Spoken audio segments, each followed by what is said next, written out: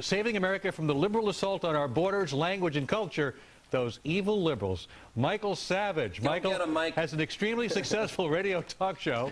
Your book was really entertaining to me, and I think it was a great piece of satire. I think you're secretly a liberal who does this from the inside, like an inside job. You know what I'm saying? Well, the truth is I'm probably more liberal than you in the sense that I really believe in liberty. But you liberals have become the, what shall I say? You want to control everything. We want freedom, and you guys want control. I am you liberal. So let me show you one of the things you say in the book, which I find interesting. To fight only the Al-Qaeda scum is to miss the terrorist network operating within our own borders. Who are these traitors? Every rotten radical left-winger in this country. Absolutely. That's who. I'd like you to explain the context of that. I don't think you're calling all liberals traitors, are you? No, just about 90% of them. I'm talking about the hardcore ACLU membership, You gotta be kidding me. the National Lawyers Guild. Look, Alan, this is serious business. We can joke all we want. You're probably a nice guy. I'd love to have a drink with you. We're facing an enemy, the Islamo-fascist movement. It is Hitler in a headscarf. They have declared openly they want to destroy our civilization. They don't care how many of them die. I'm not talking about all of Islam. Let's be clear. I'm talking about whatever the percentage is.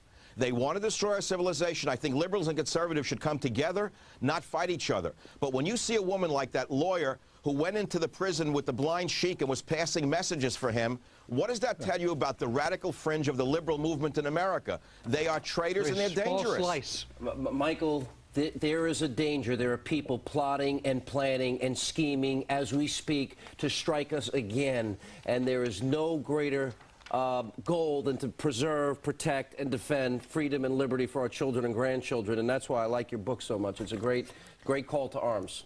You know, last night I watched the National Geographic. They're hunting the lions, and they're hunting the water buffalo. When one of the buffalo got pulled out by the lions, they bit the water buffalo in the nose. They bit her in the behind. They started pulling pieces out of her, this beautiful, strong animal. And they could only bring her down by going for her vulnerable parts. And then once they got her down on the ground, kaput. It was over, my friend. This country is like a giant water buffalo. We've been hit in the nose. They're going for our anus. They're going for our vitals. I don't understand why anybody would want to support the civil liberties of the sleepers in America. That's who I'm talking about, Alan. Well, Alan, this is Sean now, Michael. By the way, I'm sorry. This is a terrific read, Michael. Honestly, you really should be proud of this. It's a great piece of work. It is a call to arms. It's a wake-up call, and I hope people heed your warnings. I like how you started out from the Bronx to broadcasting. And you talk a lot about your immigrant roots. I do the same thing in my book. And then later on you talk about Elian, who's the only immigrant the Democrats didn't like. I thought the way you tied that together at one end of the book to the other was a great way to do it. That was a tragic story, which most Americans have forgotten they shouldn't. The snapshot is lost. Jack-booted thugs, black uniforms, loaded machine guns, the frightened fisherman, little Elian. Now, why would a Clinton administration, which has opened the borders to millions of illegal aliens and said welcome, pick on one immigrant only? That little boy clung to a raft.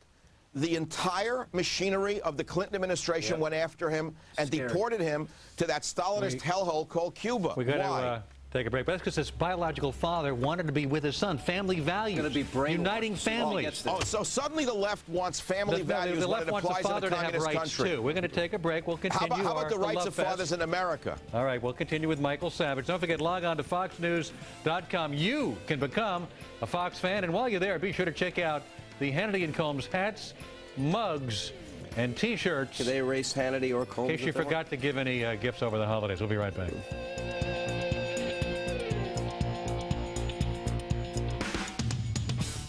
I'm Greta Van Susteren tonight. Where is Lacey Peterson? She's 8.5 months pregnant and missing. Did her kidnapper and maybe killer leave a clue? Hear from her mother, sister, and the detective looking for her. Are two of Saddam's top scientists hiding in his palace? And can we get to them before it's too late? And Pat Buchanan goes on the record. Tonight at 12, how will Bush handle the North Korean crisis? Answers on Special Report. Then at 1, the investments bound for glory in 2003. Bill Gross with answers on Your World. Jesse and I have built a lifetime together. We're each other's whole world. You just never know what high cholesterol and heart disease really mean until someone you love has a heart attack. You see, diet and exercise didn't lower his cholesterol enough, So as he was recovering, we asked the doctor about adding Zocor. Zocor is a prescription medicine and is not for everyone, including women who are nursing, pregnant, or may become pregnant, or people with liver problems. Your doctor may do blood tests to check for liver problems. Our doctor told us Zocor, along with diet, could significantly lower his cholesterol. And it's working. And Zocor is proven to reduce the risk of a heart attack in people with high cholesterol and heart disease. Because serious side effects can result, tell your doctor about any muscle pain or weakness you experience and about any medicines you are taking. Oh, Jesse. I know. I love you too. Yes. Ask your doctor about Zocor. It's your future. Be there. Let's stay together.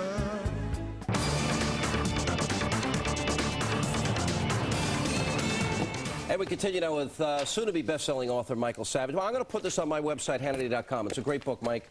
Thank you. One of the things that we talked about this earlier in the program, I know you've discussed the FEHEARS, this issue of illegal immigration. Our borders are wide open for America's enemies to cross over anytime they want. And why, for the life of me, Republicans and Democrats, we now have illegal aliens working at the White House. Why we can't understand that we can never win the war on terror as long as our borders remain that vulnerable. As an immigrant son, let me say this. The immigrants of the past are not the immigrants of today. People came here from all over the world to become Americans. People come here today to cash in on the system. Now, hold on. The liberal line is they come here to work. True, many of them do. Wherever you look, they're toiling. Many of them do. You're right. God bless America. But how do you explain the fact that 30% of all of our prisoners are illegal aliens? They didn't come here to work, my friend. They came here to work the system. They committed felonies. 30%. I'm not making this figure up. We are being inundated. We're being invaded. Republicans want them for cheap labor. Democrats want them for cheap votes. That's the problem. But wait a minute. But both of them are pandering for votes because both understand that there's a powerful voting bloc and a constituency that they cater to. And meanwhile, you know, we could spend all this money on national defense. We can beef up our intelligence gathering capabilities. But our enemies know that anytime they get a hold of a suitcase-sized nuke, they walk across our borders, and there's nothing America can do about it, and nobody seems to have the political will to stop it. But it's not walk across the border anymore. Climb across, fly across, whatever you want. 4 weeks ago, President Bush signed an executive order. Trucks from Mexico, access to every road in America. Who's inspecting the trucks? Yeah, well, he's doing that for political purposes, too. Michael, I have a concern about some things I've read about you and heard tapes of you say. Good. Referring to Madeleine Albright as Madam Brisket, talking about Joe Lieberman throwing his bagel in the ring. Yes. Referring to ACLU attorney, the mythical Mark Nobody Berg. There are some people who might infer anti-Semitism from those comments. Could you put that in a context that makes sense? Yes, I'd be very happy to. There's no greater supporter of Israel and the Jewish people than the man you're looking at, number one. And number two, I'm proud to tell you that both I and my children would have qualified for admission to Auschwitz. Well, I understand what you're saying, but can you understand why some people might be upset by those comments? Yeah, they should be upset. They should be upset that people of Jewish background don't seem to get it. They still back liberal causes when liberalism threatens their survival. But those phrases, people could read into that something that seems a little ugly. My job is to wake people up. Hearken, awake. And my job is to make them understand that sticking to tail fins, 1959, may cause us the end of America as we know it. All right, The Jewish people have been targeted. These people must be in the vanguard, not in the posterior of the movement to save the Jewish people. You said Harkin. I don't think you meant support for Tom Harkin. Let me show you something you said about, you have a great story in the book about how to make the best meatball. Here's a piece of the book. Thanks mainly to the Democrats, the libs, and the communazis who ruled the courts, America's meatballs are small, hard, and tasteless. In other words, we have replicated the Swedish meatball, which is what socialism brings. You want to blame the liberals for meatballs? Is that the liberals' fault? I'm a part-time chef, and I want to tell you something. The Italian restaurant I go to in San Francisco, I get big, fluffy meatballs, the way they used to be made in the 50s. But you look at the modern meatball That's today. That's the liberals' fault? Yes. Yes. Yes. They're small. Go get they're it, Mike. mean, Come on. They're tasteless. This is an example of what. That's a Swedish How do you tie meatball. that That's to what liberals? socialism does to a meatball. How is that liberals' It's what fault? they've done to our country. I don't get the connection. I'll have to, I'd have to maybe Hey, Michael. read a little more. I don't know. I don't get it. Congratulations. Listen, guys, we're all joking around. Remember, borders, language, culture. We are on the good ship America. If this ship continues to take on water, we all go down together. I agree. The greatest country God gave man. This is going to be a best-selling book. Michael Savage, Savage Nation. Mike, good to see you. Continued success, buddy. Here, Alan, your gift. Thank you. Oh, great. Thanks. Put it in the mail. That is all the time we have left this evening. Stay tuned for the On the Record. Greta comes up next. We'll be back tomorrow night. Thank you for being with us. Have a good night.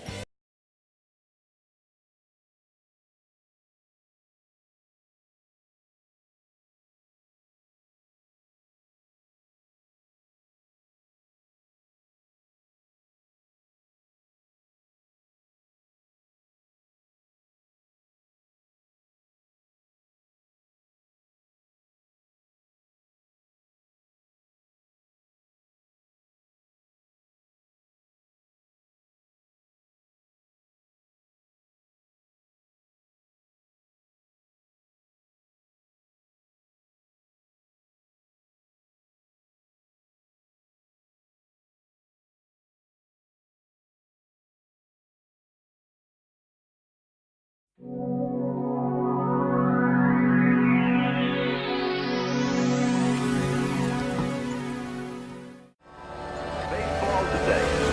It's the American way. Of course, the next best thing to a seat in the stands is a seat in front of a 19-inch RCA Victor television.